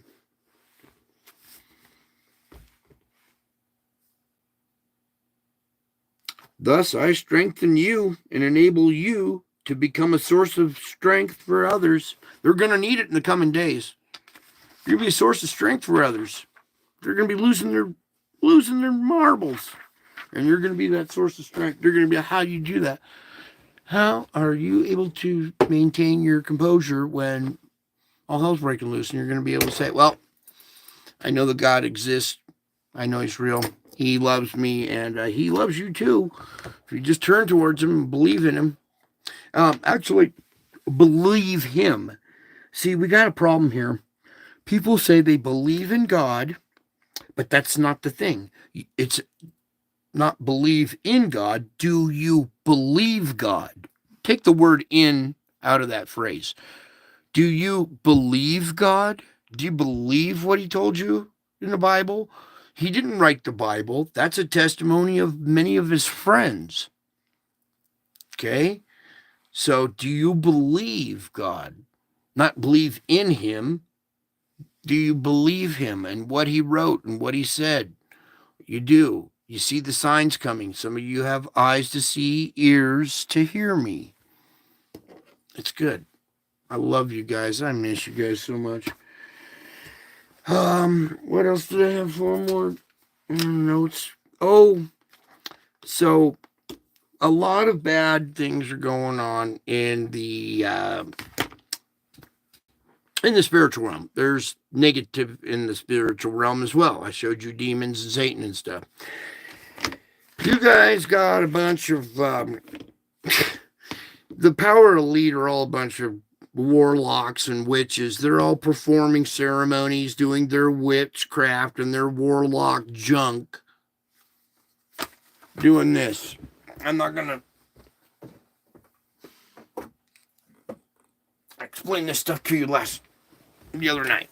See that face, dark on one side, light on the other, the bisymmetry. These dummies think by doing their stupid little performances and magic and stuff that they can conjure up this side. It's not what you want. You do not want to piss off. So, fair warning, these guys are trying to conjure up the devil. All right? Using witchcraft and all this other stuff. Now get this. The Visibility Day, the Gay Pride Visibility Day on Easter is a slap in the face. It has nothing to do with Gay Pride. They have a whole month for that. They basically do it every day. They celebrate every day, right?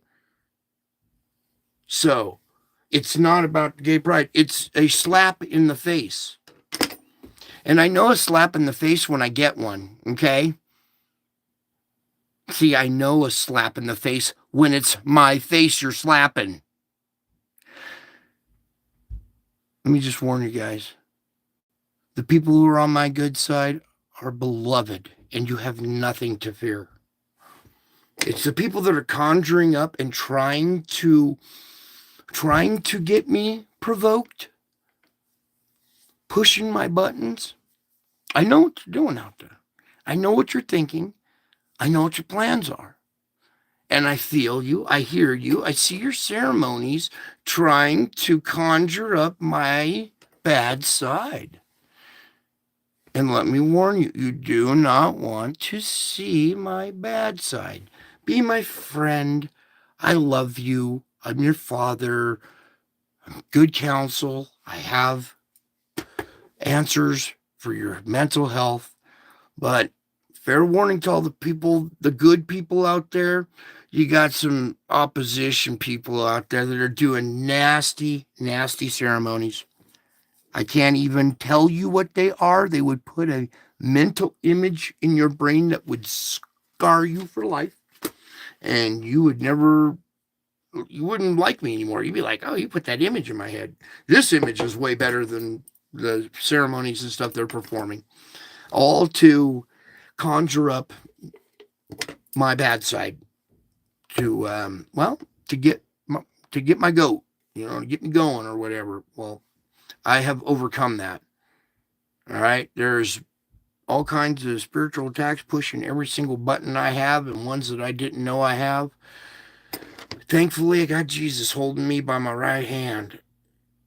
I reach over and I'll grab a pillowcase or whatever's sitting next to me and squeeze it like it's a hand and know that I'm squeezing onto that hand. But regardless of what I'm holding on to, it's still matter that was produced by his body. It's still him, so I know I'm still holding his hand. All right, but fair warning to those who are trying to conjure up that side, do not do that. Do not do that. And fair warning, people that I love you guys. I miss you guys. Don't think that, what's going to happen here in the future here pretty soon is you're probably going to hear that I'm the Antichrist. Okay? That's how everybody recognizes me on this planet. But in the spiritual realm, I know good from evil. Evil is easy to do. Good is the hard thing to do. Right? I know how to work hard and overcome the evil. All right? But I'm warning you. I'm just trying to let you guys know that the power elite are trying to conjure up all this stuff around the eclipse. All right, so you guys have nothing to fear. You're my beloved, and since I just told you that, you know you have nothing to fear now. Nothing can take you out of my hand. Okay, I won't let it take you out of my good side because I love you. It's the people that are trying to conjure up the evil. Don't even, you're already bad enough. Don't try to conjure up even more. So I know how to fight this, and you guys do too. And I need you guys to shine your light, your positive side over here. Okay, be that light in the world to other people. Fight this side, resist these temptations to be evil. Do the hard thing, which is the right thing, the honorable thing. All right. These are the closing days. This is the opportunities where you're really you know proving to the Lord where your heart really lies. Are you going to resist the evil inside you? This is a spiritual battle inside your head. Is what's going on. They want control of your mind. Well, your mind is not your own. It belongs to me. And whichever side you decide you want to land on, well, that's up to you. But I know what you think. I know how you feel. And I know what you're doing out there. So I'm here to protect all my loved ones. And those who don't like me, the hand of protection gets lifted eventually. I read about it in the Bible. Go study the scriptures. The scriptures are like a script to a movie. You are living in a kind of like God's movie, and there's a script to the movie. Certain things happen in Act 1. Certain things happen in Act 2. Just like a movie or a play, there are different acts and scenes, drama, heartbreak, excitement, love, joy, the whole story. And you are fulfilling it by actually living it. You're alive, conscious in it. You're a spiritual being having a human experience. You're in God's movie going along with the script. This is all part of the script, the scriptures. And the scriptures tell you how the movie ends and where the good guys are going and where the bad guys are going. Just like a Hollywood movie, the good guys and the bad guys. And you can't tell them apart. You have no idea who's a good guy and who's a bad guy. You're starting to find out though now. Through the spiritual wisdom that you're gaining here, you're starting to figure out who's got the right mindset and who's got the wrong mindset. People revert to violence automatically instead of showing mercy and trying to help the person. Okay, there's going to be a divide, and that's why this anchor is so important. Come back here. I want the image on Easter, please, Lord. All right. Well, if it's not going to give it to me, we'll just close out though. Anyways, spiritual warfare. You guys are on the front lines. You are the soldiers in the battlefield. You're the spiritual warriors.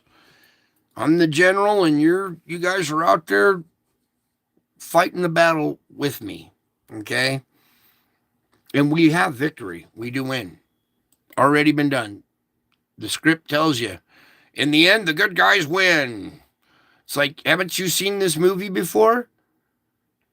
You haven't, but did you see the previews on TV? You know the script and how the they show you some of the action shots of the movie, the trailer. In the trailer, they show you a few clips, and then when you're watching the movie and you see those clips, you already knew. Oh, I was expecting to see that because I saw it in the trailer. So that's just like what you're going through here. The trailer is the Bible.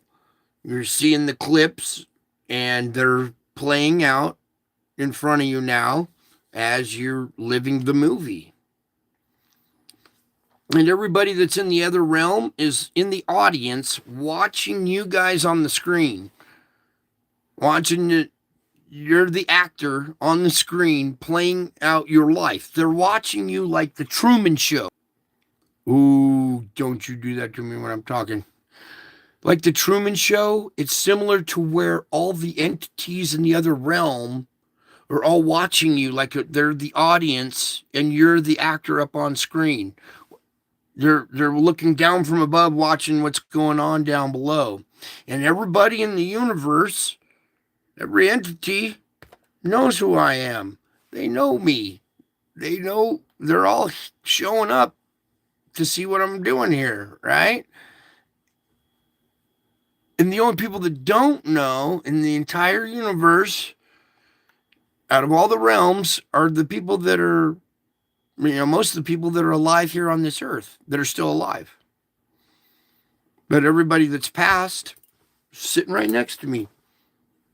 You know the red barn, that barn that I show you with all the activity going on out there? That's my barn. Those are all my souls. Everybody's all around me all the time. Watching, following, studying, just like you guys. So, your top secret clearance, you guys know more than most of the public does. All right? And the ones that believe me have actually experienced what I'm telling you. You're the elite. You're the elite. The other guys are just a bunch of fools trying to conjure up some demons using magic. And they're going to get the results they wanted. Unfortunately, they don't realize what they want, but they're going to get those results. The consequences. See, they want the results they want, but what they're really going to get is consequences. So they made a deal with me to get their riches and their power, and then they burned me. They don't recognize that I'm the one that gave them their power and their riches, and they're going to cut me out of the deal. Oh, see, they made a deal with the devil, just like I showed you on that one picture. They know me. They know that they backstab me. They know their ass is grass. And they know I mean business. And I already have victory. So, while you guys, you think you're scared, you're not scared. You're secure. The people that are scared are the ones that burned me. Those are the elite. Those are the ones that are truly scared. You guys have peace, confidence, and joy. And I love you. I miss you. And until my next show, I will be back. I am back. You should be able to tell. Until my next show, bye.